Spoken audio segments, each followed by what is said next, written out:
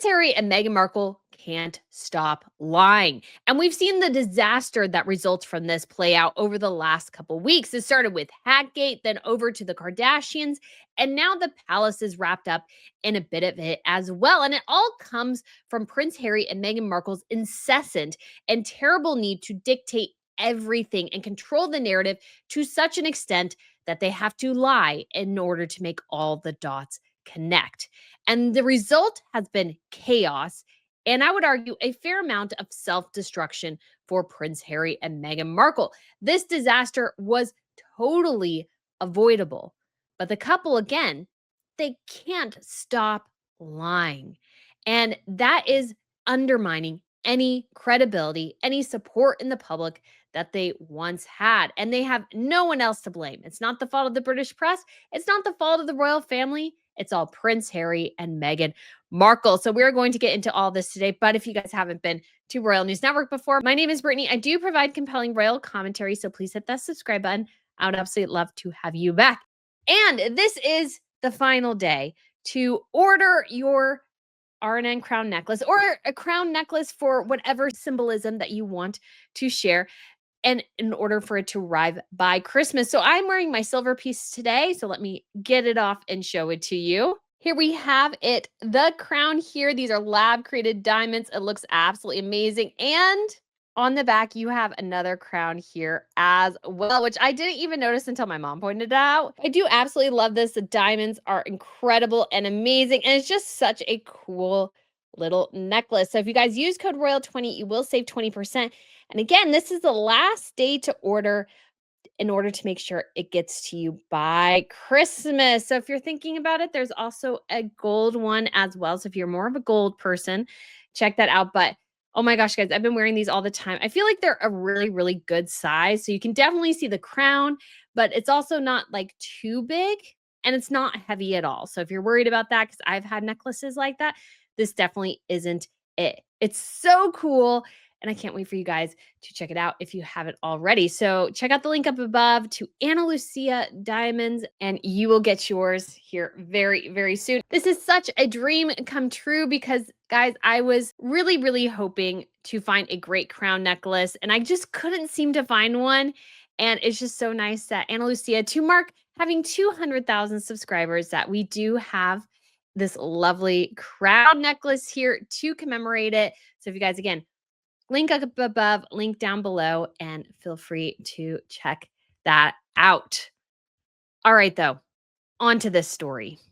This is crazy. Harry and Meghan have had a really, really disastrous last couple of weeks.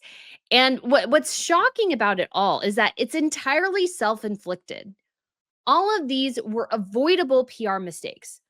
All of these were situations that could have been managed well, but instead have revealed Harry and Meghan to be liars because they make claims and then people either dispute them or they can't actually back them up. And in one particular situation, it's even more nefarious because Harry is utilizing the lack of, let's say, response to justify himself basically as acting on behalf of his father. And that's so incredibly dangerous because Harry is not acting on behalf of his father, his brother, the British government, or anything. He's acting on behalf of his own bank account. And that's something that needs to be specified. And all this chaos surrounding Harry and Meghan, again, their fans have said endlessly, oh, this is the case of the British press. It's the British press. It's the palace, everything. No, no, no. This is self-destruction. This is a couple who, in their incessant need for control, can only lie to make all the dots connect. And again, we see this play out. And the first, let's say, obviously we know about the Kardashian domino, but I want to start off with the Times article talking about whether or not Prince Harry actually informed the palace of his trip to Canada, because there's a little bit in there which I think reveals Harry's true nefarious intentions, which is to do the thing his grandmother and his father basically have asked him not to do, which is basically attempt to be a half in, half out working royal without actually being connected to the royal family. And it's dangerous and something the palace must address. They can't let this go on forever. They have to address Harry's behavior here. So, what am I talking about? Let's look at it. So here we have the Times article. It says Prince Harry claims palace was briefed on trip to Toronto, although recollections continue to vary on the courtesy warning before the Duke met with the King's and Queen's regiments in Canada. So it says when Prince William obviously set foot on Sugarloaf Mountain at the start of his 5-day visit to Brazil, the phones of the assembled press pack started to ping. The messages were not updates on the prince's itinerary, but an announcement from Prince Harry's office that the Duke of Sussex had travel plans of his own. He would be traveling to Toronto, Canada later that week to mark Remembrance Tide. The Duke's office added that the palace had been informed in advance as a courtesy. However, it appears that no one at the palace received the memo, leading to questions as to whether it was ever sent. And I would argue it probably wasn't, or it wasn't well specified. Again, you have this situation where Harry and Meghan go, oh, yes, we let Queen Elizabeth know we were naming our daughter Lilibet after her. And Queen Elizabeth's like, no, because Harry and Meghan most likely said, oh, we're naming our daughter after you, not saying, oh, we're using the very, very private personal nickname you had as a child that only a select few people got to use, including basically family members that have all died. We're going to use that for our daughter. Again, all semantics. And it goes down to say one source said it was a bit rum to claim the palace had been informed when nobody at Buckingham Palace or Kensington Palace appeared to have received any advance notice of the trip before it was released to the press. Is anyone surprised? No, nobody's surprised that nobody can find it. And here's the thing. When the Duke's office was asked whether they gave the courtesy warning and to whom, there came no reply. So there is no reply. Harry's team basically has no evidence. They made a claim they can't really back up. And here's the thing. If you're going to claim that you gave a courtesy warning to someone, you need to be able to back up that claim. That's why it's very important, oftentimes, to put things in writing for legal reasons, to put things in writing, not everything, because sometimes, people put things in writing that they shouldn't. But in order to make sure like people are aware of, hey, I need this particular tile to be put in this particular kitchen and specify the pattern, you're going to put that in writing. You're going to put that in writing so you have a ledger to go back up to the contractor to go, oh my gosh, you put in the wrong tile. I told you right here in this email, this was the correct tile. These are important things. And when Harry's team can't come up with evidence for that, and again, it could be something Harry casually mentioned to his father when he was visiting his dad, but it would be, I think, inappropriate to consider that, let's say that Charles is writing down Harry's calendar. So, oh, son, we don't conflict with each other. No, of course not. Charles doesn't have time for that.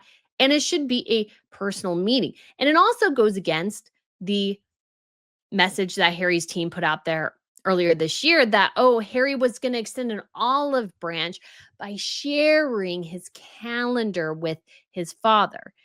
And like, number one, of course, the question was, well, why not his brother too? But number three, you have the situation of, well, how much did Harry really share? And how much, like, did he just like briefly show to his dad, here, dad, check it out on my phone here real quick, and then pull it back? Of course, Charles is not going to catch everything. Who could?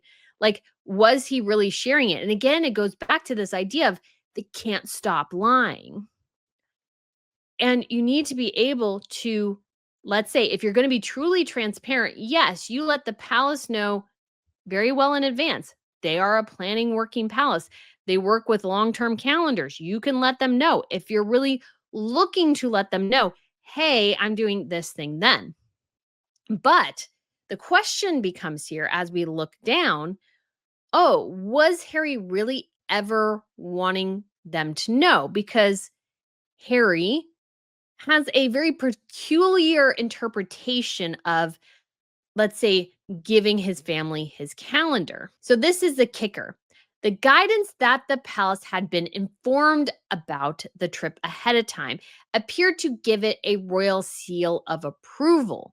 That was perhaps particularly important given the trip's royal connections before Artemis Day.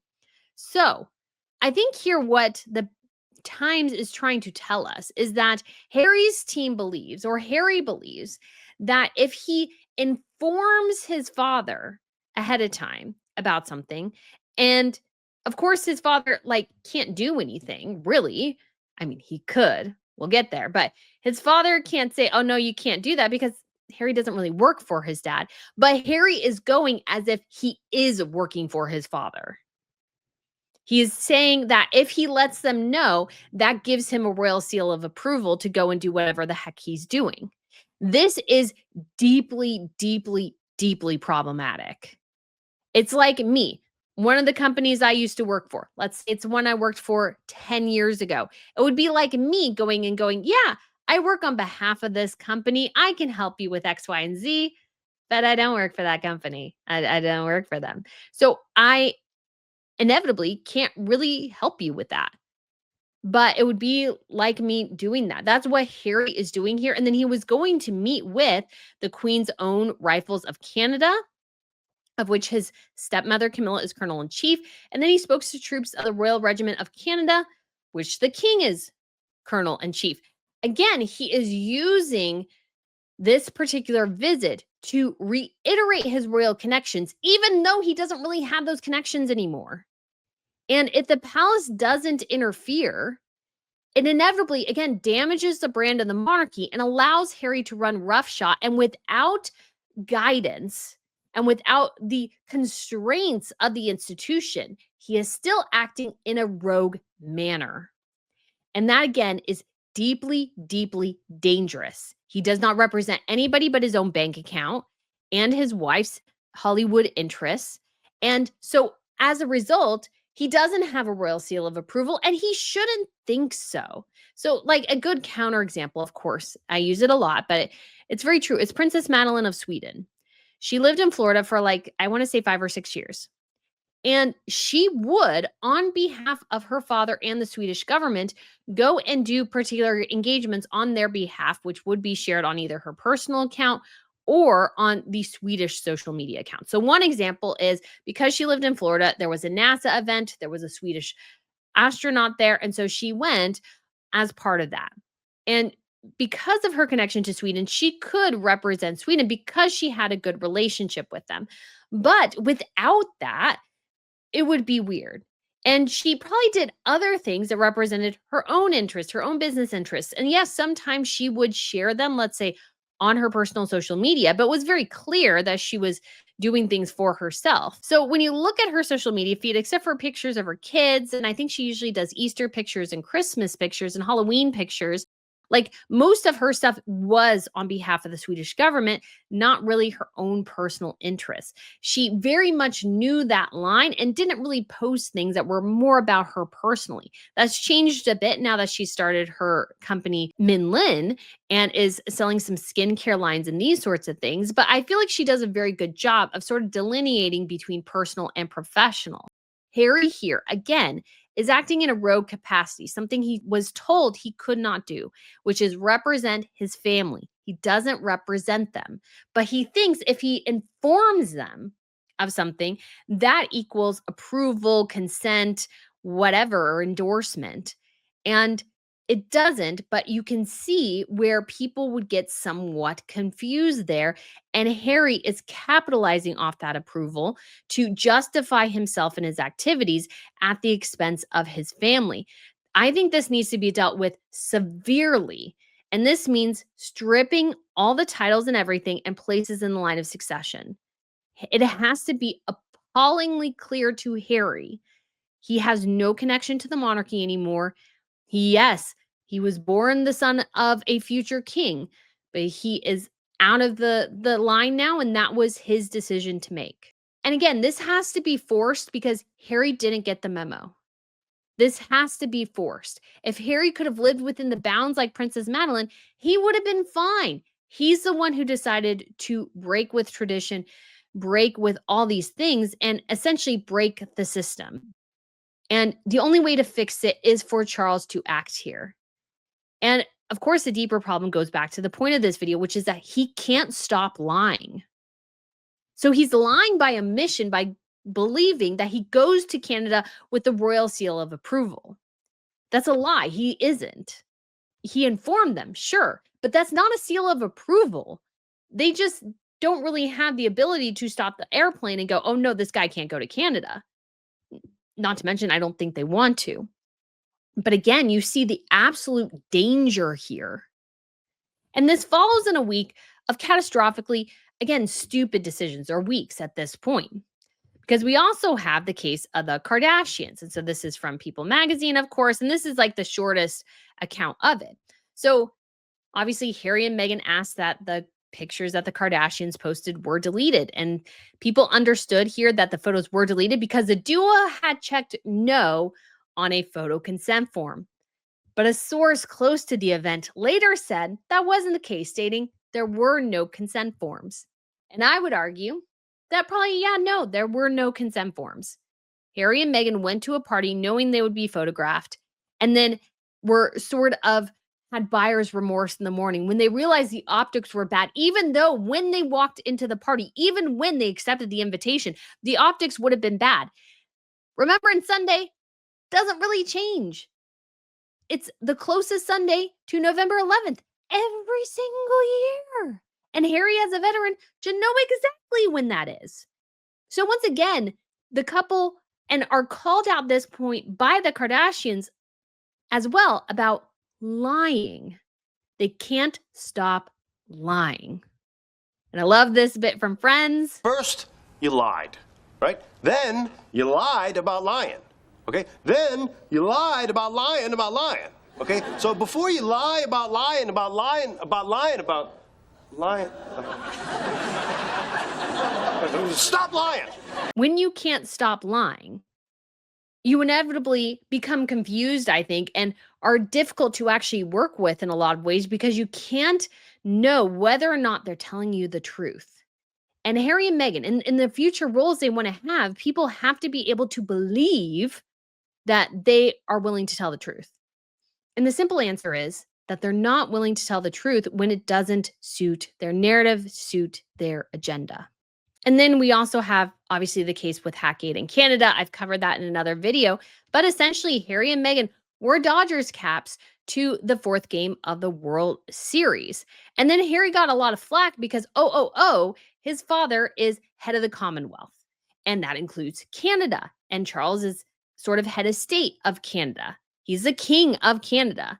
And so Harry's like, oh, I guess I shouldn't have done that. But of course, his father was king of Canada on game 1 of the World Series and on game 4 of the World Series. So if the Dunderhead had thought about it, or his team had, or his wife had, they would have known, oh, that might be bad optically to be pulling for the Dodgers when your father is freaking head of Canada and they're playing the Toronto Blue Jays in the World Series. This is Captain Obvious levels of, I would argue, dumb here. Like, it didn't change. And so Harry then, in his attempt to justify it, says the truth, which is that he's self-conscious of his bald spot, which I feel like it's sort of justification after he gave his brother flack about his balding. But the other was, well, I was under duress. And that he said it twice, I think, kind of specifies, or he didn't say it twice. He said it once and then kind of did it a different way. He was under duress because he was going into the owner's box. Well, Harry, like any competent adult, you could have asked what the protocols were. You could have asked. You made an assumption. You just wanted to be, quote unquote, polite. Well, it's sort of rude and lying, which I said at the time, to pull for a team apparently that you didn't really want to pull for. You're lying by omission again. Harry and Meghan don't care about baseball, and then all of a sudden they give a crap about baseball. And then Harry says, oh, I was pulling for the Blue Jays games 5, 6, and 7. He doesn't say anything about games 1, 2, and 3 because he didn't care until he got caught for lying about which team he supported or got caught in a PR mess because of which team he supported in game 4. Again, all of these are self-inflicted wounds. All of these are self-inflicted. And I think the greatest assessment of all this has to be Tom Sykes in the Daily Beast because he did a whole piece about this. I would recommend you read it. I'll try to remember to link it in the comments below. But he really, really summed this up quite well. So we'll begin sort of at the bottom of the article here. And so obviously it goes over the Kardashian thing, then talks about the Times and they're reporting that Harry did not inform them or the palace about his trip to Canada. And it says the story might, in different circumstances, have been dismissed as a usual turf war between dueling private offices. But coming at the end of the week, in which the Kardashians had already effectively accused the Sussexes of making up a story, the Times piece landed with particular force. Once again, the refrain in royal circles was familiar. Recollections may vary. I also have t-shirts that say that. So if you haven't seen the t-shirts or the sweatshirts or whatever, or the hat, the book, I do have merch that says recollections may vary. Wisely, I think Harry's office chose not to produce anything, email, message, note, that might prove their version true. The Toronto Row and the Kardashian fiasco unfolded around Remembrance Sunday, a period that, for all concerned, is supposed to be sacrosanct. Yet recent royal history is littered with Remembrance Week fallouts, including Harry and Meghan parading around a cemetery with a fashion photographer. Can't get more disgusting than that, really. Add it all together, and you get something closer to an x-ray of the failure of the Sussex project than an unfortunate bad press cycle. Exactly. This is all self-inflicted by these two numbskulls. Like, these are so avoidable. So avoidable. Their appeal post-Mexit was supposed to rest on two pillars: authenticity and escape. They would purge their trauma by telling the truth about what it was like inside the House of Windsor. They would build a freer, more honest existence outside it. Yet here they are, being publicly contradicted on matters of fact by the Kardashians on one flank and the palace on the other. They look less like liberated truth tellers than people who, finding themselves trapped in a hyper-managed hall of mirrors, have resorted to fiddling with the angles. They can't stop lying to fit their narratives. They don't have to lie like this. Nobody is requiring them to lie like this. And them lying like this damages them in the process. The smarter play is obvious in retrospect.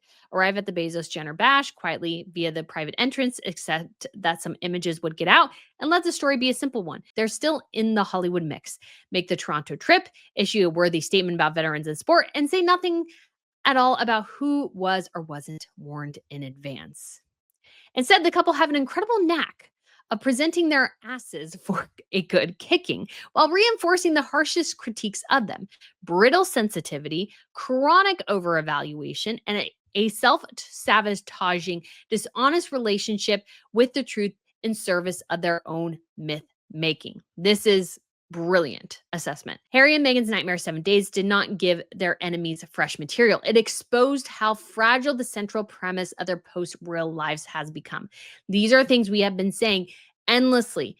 They're liars. They're control freaks. Like, all these sorts of things have been things we've harped on for a long time, and Harry and Meghan constantly prove them to be true. Of course, the elevator can keep going up. Things got even worse on Saturday when the Daily Beast founding editor, Tina Brown, gave an interview with the New York Times in which she absolutely nailed the couple to the floor.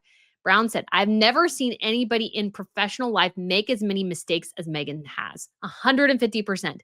The use of her as a, let's say, an example of a good businesswoman, as the Daily Mail, an article in the Daily Mail attempted to do recently, is laughable. She's a horrible businesswoman, a horrible professional on every single level.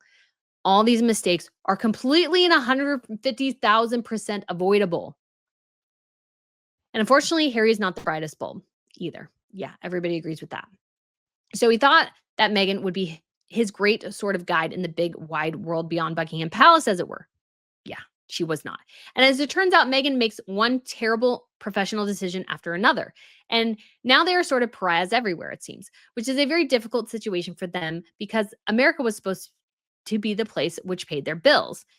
Bethany Frankel, who said that basically Meghan would close her relationship with Harry because, again, she's always been obsessed with the cash and the fame and the fortune, feels like a verdict hanging over the whole enterprise. Unless the Sussexes can find a more honest, less tortured way of engaging with the world they insist on straddling, royal and celebrity, duty and cash, podium and party. The thing that gets closed may not be the deal, but the audience's willingness to believe a word they say. And that is accurate. You can't believe Harry and Meghan. You can't believe them. They're liars. They're noted liars. They've lied multiple times over the last couple of weeks through their PR teams. And there is a way of, let's say, massaging the truth where you do say the truth, but you're not saying, let's say, everything. You're keeping certain things, like how you frame it. No, no, no. They're saying obvious lies. And they've done this for a long time. And people, let's say, were willing to let it slide a bit, but it's been too much. It's been too frequent. It's their default is to lie when the narrative doesn't go their way. Oh, those pictures got out. We forced the Kardashians to delete them. No, no, no. We signed a consent form that said no. Kardashians are like, there was no consent form. This party was about family and friends. Think about that, family and friends. These friends of the Kardashians lied about their party because they didn't like the optics of it. After they made the decision to go, knowing the optics were bad because of Remembrance Sunday, they knew it was the next day. Like, this stuff is not hard. Then you got the Dodgers hat. Oh, no, no, no. I was under duress to wear. I was going to the owner's box. What else was I supposed to do but wear a Dodgers hat? You could ask. You could state, my father is the king of Canada. As his son, it's important for me to represent the Canadian people. You could do that, Harry. You chose not to. That was your choice. And yeah, you have now, quote unquote, hatgate. Don't name things a gate, Harry. It's a bad PR move to state that there was a hatgate. Don't do that. Because it reminds everybody, yeah, you made mistakes. And then we have lying to the palace or lying about the palace, saying we sent them a note and confirmation. And the palace is like, no, you didn't. And then saying as well, if we let them know, oh, that gives us the royal seal of approval for our trips. No, it doesn't. You're lying. And I hate to say it that way because it's in some ways I had to say for legal protections. It's my personal opinion, but I think we can all agree that they're pretty profound at lying at this point. That's all they can do when things don't go their way. Rather than just being truthful. It's so easy. Just tell the truth.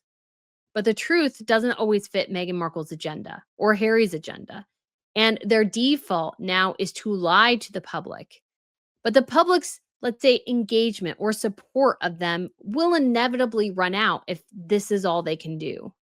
And they don't have, let's say, talent to back up a lot of things. They have yet to exhibit a television show, a movie, where they were the sole creative forces behind it that has had any modicum of success. Their only successful pieces have always been ragging off his family. That's it. And neither one of them were particularly good. His book wasn't good. The TV show wasn't good.